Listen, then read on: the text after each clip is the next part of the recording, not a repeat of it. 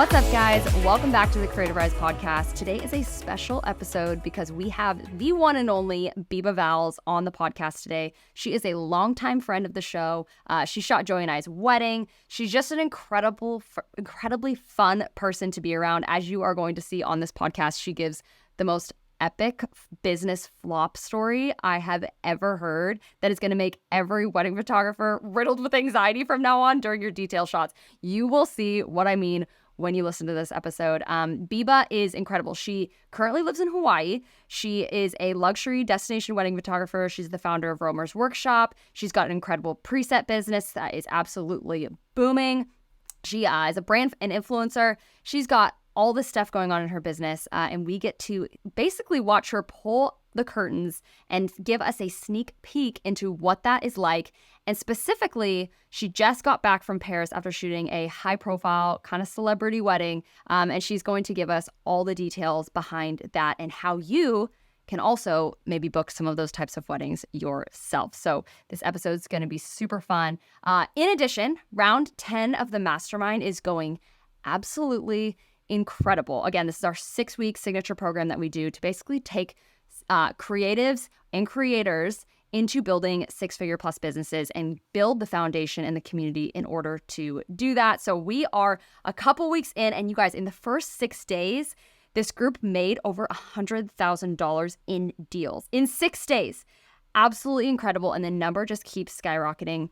This community is wild. Every single round we do is just full of incredible people. We've got like people from 4 different countries, all different types of industries. It's absolutely amazing, and we are loving our time with these people. We're about to get into coming up on our marketing week, which we are so excited to teach on with them. So follow along at Creative Rise on our stories to see updates about how the mastermind is going. And if you are interested in maybe hopping on the waitlist for the next one coming in 2024, you're going to want to do that. Go to creativerise.com or just go to the show notes and you can join there. But nevertheless, here is Beba. What's up, Beba? Welcome to the podcast. Thanks for being here. Hello. Thank you so much for having me. I know we were literally just talking and I'm already getting butterflies again. I'm getting so nervous. Beba is literally one of the most accomplished people I know, and she's led so many workshops. She's taught at so many things, and every time she hops on the podcast, she's like, "I'm so nervous," and I'm like, "Beba, you should literally not be nervous. You are incredible, and everything you say is like gold." So, thank you for being here, though. This is not your first time on the podcast. You've been on before. You were actually, if we have any OGs around here, you were actually around during the home team era during COVID, and you jumped on a bunch of stuff. So really, thanks for being here yet again. I'm going to ask you a quick few rapid fire questions because some of these things have changed since you've been on the show. These are our classic questions we ask every guest. But Beba, where do you live right now? Right now, I live on the North Shore of Oahu. And that's amazing. I love it so much. I feel like you can't say that without being and it is amazing and it is wonderful, because I'm sure everyone's thinking the same thing. That's awesome. When we knew you were in San Diego, and your husband was in the military, and now your lifestyle has completely changed, which I'm going to ask you about that in just a minute. But I'll try to keep these rapid fire. How long have you been in creative business for? How many years? Oh, gosh. I think it's been 6 years. Yeah, 6 years-ish. Does it feel like around 6 then. years? Yeah. Well, I kind of started it whenever Bo and I got married, and it feels like we've been married for a while. So, I feel like I've been in business for a while, but then other times, I look back and I'm like, oh, wow, I remember that wedding like it was yesterday, and it was my first wedding. So, totally. Yeah, it depends on the day. It depends on the day. That's awesome. Okay, and my favorite question, what's one flop or embarrassing moment you've had in your business, just to humanize you for a second? Because we're going to talk about some incredible things you've done, like shooting these high-profile weddings, the stuff you're doing. But what's maybe something that didn't go right? Yeah, so every time that you have asked me this, I haven't had a very good answer. And then something happened 3 months ago.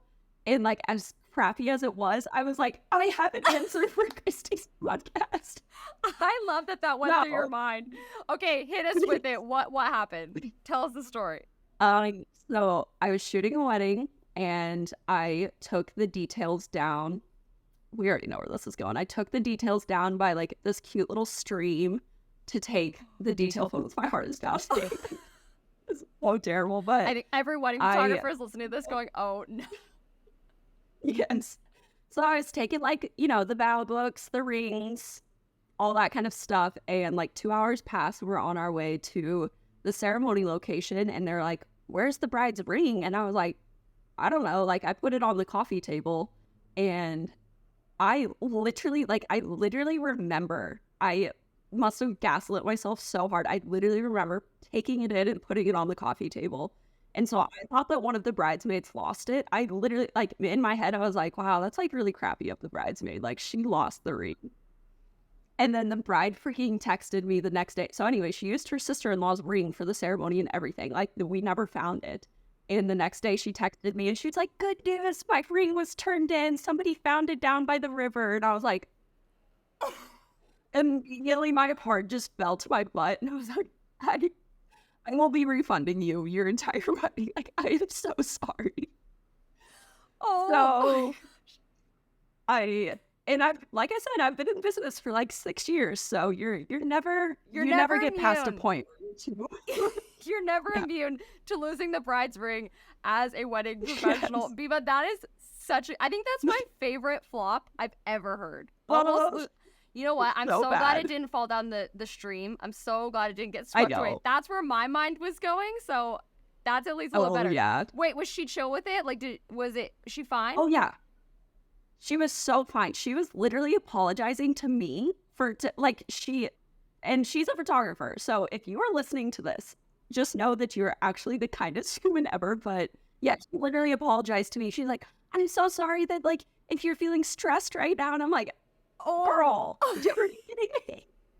Wow, that is an ideal client right there. We're gonna totally ditch the high profile thing, and we're just gonna go, how do you find brides that don't care if you accidentally lose their wedding ring on the day of their wedding? Yes. Oh literally. My gosh. Yeah. 100%. Such a good flop story. I love that, Beba. Okay. So obviously you've been on the podcast before. We talked about productivity one of the last times. We've actually got like a cool little free resource of productivity. I'll put it in the show notes. It's still so applicable. Stuff that we do to kind of help productivity that we did with Beba. It's like a little mini course. It's totally free that you guys can use. But the last time we talked, you were living in San Diego. Again, your husband was in the military, and life looks super different now. So kind of give us just a quick life and business update. Like, where are you living? I know it's two different kind of places. What are you doing with your husband, and what's business look like for you? Like, what are the different things you're doing in your business right now?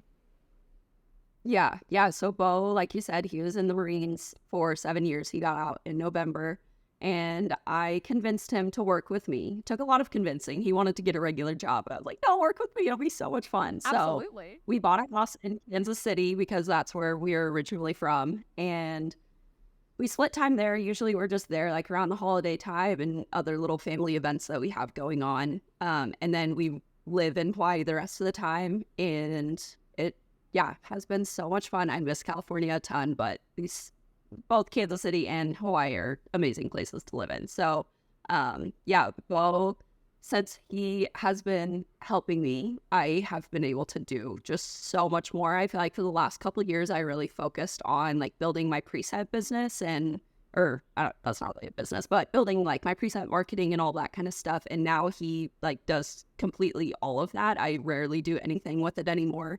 And then, I'm shooting more weddings than I have in the past. I feel like I probably have the most chaotic business setup. I just do whatever feels good at the time. And if it starts to not feel good, I like ditch it for like a year and then I come back to it whenever it starts to feel good again. So, I love that. I think a lot of people resonate though with that, like the sense of like needing to keep things fresh in their schedule and to not be like monotonous every single day is like that. How do you, just real quick, we'll jump into the whole wedding thing in a second, but kind of what are some maybe a couple like quick tips of maybe how do you manage doing all these different revenue incomes? Like how do you manage doing that? Is it like you just hyper focus on one thing and like finish it and then move to the next thing? Or do you feel like you work on things all at the same time? No, I definitely hyper focus on things at a certain time. Like right now I have all these weddings that I need to edit, but then I came up with this new retreat idea. And I was like, oh, hell shit, these weddings are going to have to be put on hold until I finish this retreat.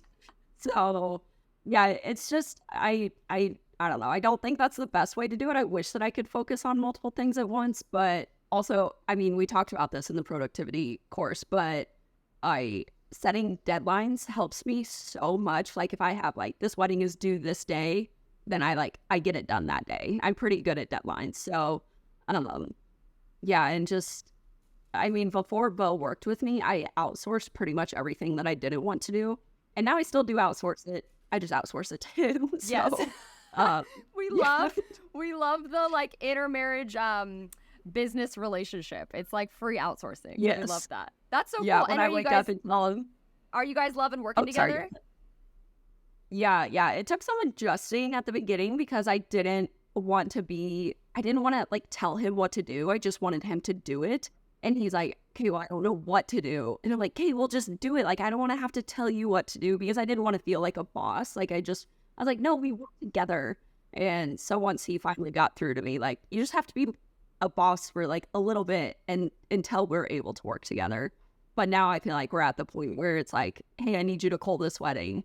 And he complains about it because he hates calling, but and then he'll just go to my computer and he's like, that's photo mechanic, right? Or, whatever. So, yeah, it's gotten a lot better. And yeah, it's been a lot of fun. That's so cool. Well, we love the husband and wife dynamic, obviously, and we love when other people do it as well. Okay, so you recently shot for Hannah Godwin, and some people would categorize that as like a celebrity wedding. It's obviously like a high-profile wedding. If you don't know who she is a part of like the Bachelor franchise. She was on The Bachelor. She also has like created this incredible app. She's done all these really cool things. She's got a huge social media presence. So Beba, you just shot that wedding. So tell us, bring us back a little bit. How did that relationship come about with her? And what was that experience like of kind of getting asked to shoot her wedding and then moving forward with that? How did that even develop? Like some people might be thinking, oh my gosh, how did she get connected with her? Like what's the behind the scenes story of that? Yeah. So it's kind of funny. The way that I ended up shooting her wedding was because I stopped posting weddings on my Instagram account. So I think it was like it was either 2020 or 2021. I like completely changed my Instagram and like stopped posting couples, all of that, like on my stories, on my feed, absolutely everything. And I just started posting like casual, fun beach content. And it just so happened that that was the same time that she was looking for a photographer for her brand called SETI. It's like a photo editing app.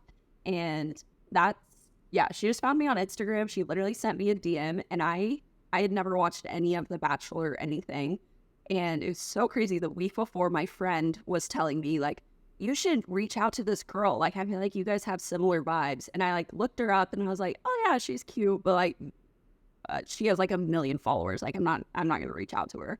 And then literally a week later, she messaged me and I screenshot it and sent it to my friend. Like, wait, is this the girl that you were telling me about?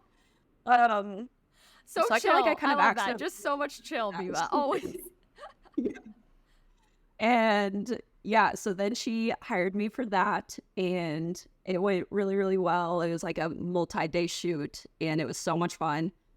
We actually like I like picked her up in LA and we drove to Malibu. So we spent a lot of like quality time together during that. And I feel like that's kind of when our relationship started to begin. And then a couple months later, she hired me again for a Calvin Klein campaign that she was doing for just like her influencer stuff.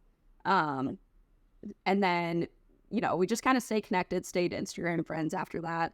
She hired me again a couple more times for SETI and different things like that. And the last time that I shot with her, Bo and I actually stayed at their house in California with them. And I was talking to them about wedding planning. She told me about how they were touring this venue in Paris, and she was so excited for it and stuff. And so I took photos of her and Dylan like super quickly one of those nights that I was staying with them. And when I sent them the gallery, I just, very lightly pitched myself, just let them know like, hey, I'm also a wedding photographer. Like, I don't know if you know that, but I love to shoot your wedding. And I did not hear from her for like a couple months. And so I honestly didn't really think that anything would come about. And so then she couple months later hired me for her wedding, and it was really great. She inquired, and I literally about crapped my pants when I got the email that was like, wedding photography from Hannah Godwin. Like, okay. And, you know, even at that time, I kind of thought that she was doing it as like a courtesy thing, just because I had like said that. She told me that she was talking to a few other people, and I wasn't about to do it for free. So I like sent her my prices. It was like the highest package I'd ever sent before. And I was like, yeah, this probably won't happen, but cool if it does. And then it did. So amazing. That's kind of like me and relationship timeline. Yeah, absolutely. Okay, so let's talk about if someone's sitting here going, oh my gosh, Beba's living my dream. I want to work with, high profile people. I want to work with celebrity clients. I want to do all that kind of stuff.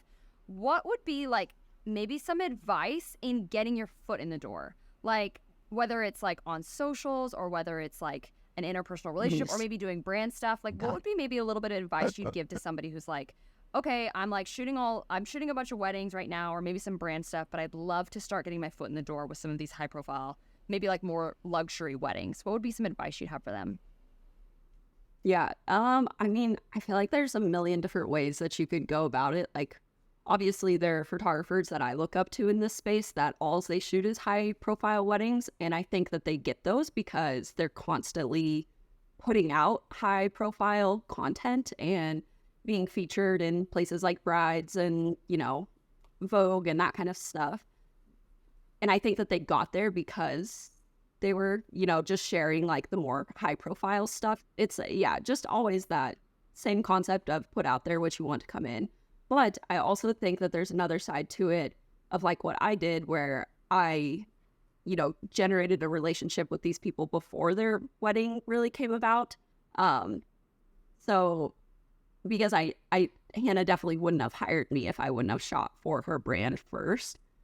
I don't know. I think it's hard because there's so many different kinds of like there's celebrity and then there's like rich people and then there's like, the other kind of, all different kinds of high profile stuff. I don't know. I feel like my brain is a million places. No, that's so good. Well, and even just saying like, hey, what's something small that you can give value to them to do before they have like the big ask, right? Because you're totally right.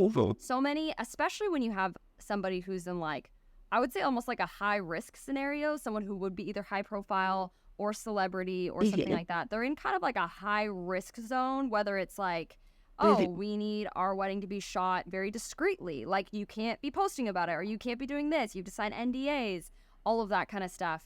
That person often is very nervous about who they're going to hire and they want to make sure they can trust the people they're going to hire. So it sounds like you developed a lot of trust with her beforehand by doing these smaller things in order that she probably chose you because she's like, I just really trust Beba.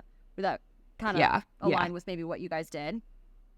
Yeah. No, I think that like hits the nail on the head perfectly. And I also think too, like a lot of people don't like going back to like my very early photography days. I was constantly reaching out to people to shoot, just couples on Instagram for free and stuff. And when I first shot Hannah and Dylan, I was like, oh, you guys probably shoot all the time. And she was like, no, we've actually never had a photo shoot before. So I think a lot of people don't reach out to people just because they have a lot of followers or they are celebrities or something. And I have had friends who have shot other bachelor engagement sessions and stuff like that. And and just because they reach out and they put their foot in the door to, enter into that space. So I think also not shutting yourself down before you even get to that spot, like just reach out. Like you never know what can come from it. Absolutely. I think that's so smart. And like, I know even for myself, when I got started in weddings, I did a shoot with an influencer. It was literally just a bridal session. It wasn't even with her significant other. And I remember booking weddings based off of that one photo shoot. And I was like, I've never even really shot a wedding before. Yet somehow, because I chose someone of prominence or whatever you want to say, someone who's obviously has like a higher virality, even just being themselves, that does a lot. And yeah, I think that's really, really cool, Beba. I love that. And I think that's a piece of advice for so many photographers, even just getting started, of going like, okay, who's even in your area that would be someone who like other people know of, right? It doesn't even need to be like an influencer or anything like that. It could just be someone who's like a prominent person in your community. And if you take Yeah. family photos of them, or you take, Totally. bridals or something like that with them, that could lead to Yeah. a whole group of people, which is super, super cool. Okay, so talk to us, Yeah. give us like a little snippet of what it was like shooting a wedding of that kind of like high profile, all that kind of stuff. What was that experience like? I'm sure it was like crazy, right? You probably had, because I think you got featured in some big things based off of that wedding with Hannah, right?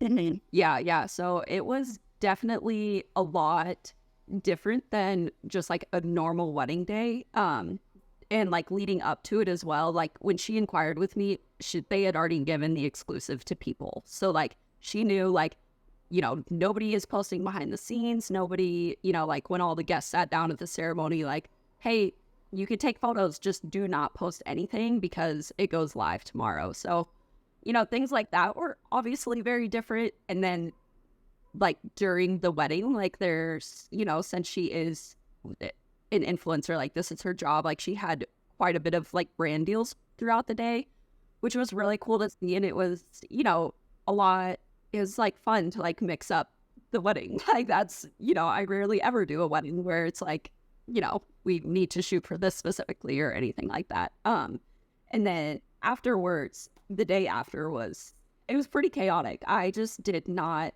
I knew that she and Dylan were, very popular within, the Bachelor community, but also just like in the influencer community. I feel like they've almost like broken away from the Bachelor sense a little bit and just kind of made their like own personalities. So afterwards, like just how many DMs I was getting and stuff, and like, what are they called? What's that called? Like the magazines and stuff, like different, like smaller ones were messaging me like, what's her contact? Like, can I email her to see if I can get this featured and stuff, which is really cool. But yeah, it definitely was a little bit higher pressure in the sense of like the business side rather than just the usual pressure of like not missing moments and stuff. Letting a ring drop into the stream, all of that kind of stuff. Yeah. That's awesome. So what was the just to give people some context in case like someone does reach out to them who is maybe high profile, who might be featured in, a magazine or something like that. What does privacy look like in that? And like, how does someone manage that? Because obviously like if some magazine reaches out and is like, hey, we want to do a feature, and you send all the photos, you'd probably get in deep trouble. So what does that look like? If someone's getting into that world, what does it look like to manage those types of requests and like relationships, and especially with the client? How does that work? Yeah. So I kind of knew that a little bit of that was going to happen, but I had no idea to like what extent it was going to. So when I sent her the questionnaire, obviously I like completely customized her questionnaire. I didn't just send like the regular one and asked like, what are the exclusive details? What can I post? What can I not post? And basically she just told me like, just run everything through my PR person. So she gave me her contact information, and I talked to her a little bit before the wedding, and then the day of the wedding, I was with her pretty much all day. She was helping me out with things that they needed for the People magazine and stuff. And then the day after, she was the one that, was picking out the photos and stuff. And when I just saw, like when I got to the wedding and the day after the wedding, I was just kind of like, I do not want to step on anybody's toes. Like anything that not to, toot photographers' horns, but like after the wedding, we're kind of the most important vendor because every vendor is waiting for us. And I just did not want to step on any toes. So every DM or anything that I got, I just directed it to her manager and took it from there. I definitely probably could have done, some of it on my own and it would have been okay. But I think that goes back to what you were saying earlier of, I think Hannah just trusts me. And I think that's a big reason why she hired me, is because she knew that I wasn't going to go and like sneakily sell photos to anybody else or anything. But honestly, leading up, I didn't sign an NDA or anything like that. And I think the only reason for that is probably because we had a relationship beforehand, and I don't know, I assumed that she would trust me. So I don't really know any other reason she would have sent one over. But That's awesome. There was just a lot of moving parts to it. That sounds like such a crazy experience and something that I think a lot of people would be like, oh my gosh, like I want to go do something international like that. That sounds amazing. So thanks for being literally so like candid and open about the whole experience. Is there anything else you would like to either give advice or say to anybody who's maybe sitting in your shoes 6 years ago and looking at you going, oh my gosh, that feels impossible to be there? Like, I'm in the middle of Kansas and I feel like I don't know anybody, or I can't do it, or I just feel like my dreams of becoming like a wedding photographer and doing really cool weddings feels impossible. What would you say to that person? Like, what would be your advice? It can be anything. I mean, the classic, like, fake it till you make it. I feel like I'm still faking it till I make all it. Of us. All of us. Yeah.